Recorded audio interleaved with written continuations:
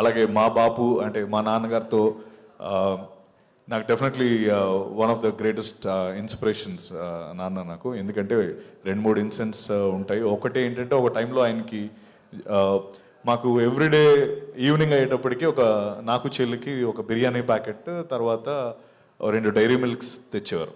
అది మాకు ఒక ఆనవాయితీ అనమాట. ఒక తర్వాత నేను అరౌండ్ ఇంటర్మీడియట్ ఆ టైంలో నాకు తెలిసింది ఏంటంటే మధ్యలో ఒక 2 years 1.5 year డాడీకి జాబ్ పోయింది. ఆ విషయం మాకు తెలియదు.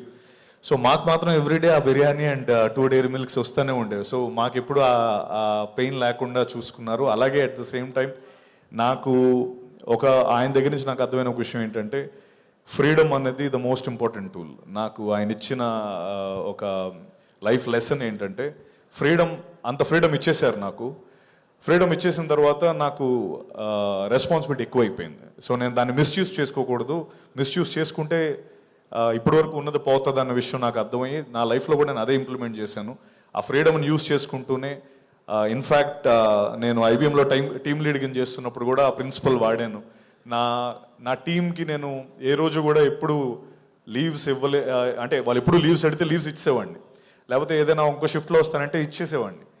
ఓ పాయింట్ ఏంటప్పటికీ అర్థమైంది ఏంటి, ఇంత ఈజీగా ఇచ్చేస్తున్నాడంటే మనం మిస్యూజ్ చేసుకుంటే దాన్ని వెనక్కి తీసేసుకుంటాడన్న ఆ థాట్ చాలా స్ట్రాంగ్ థాట్, అండ్ అది నాకు నేర్పించారు.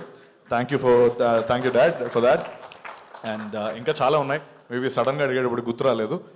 Once again I wish everyone the Bapu team biggest blockbuster and a bigger canvas to do more films. Thank you so much.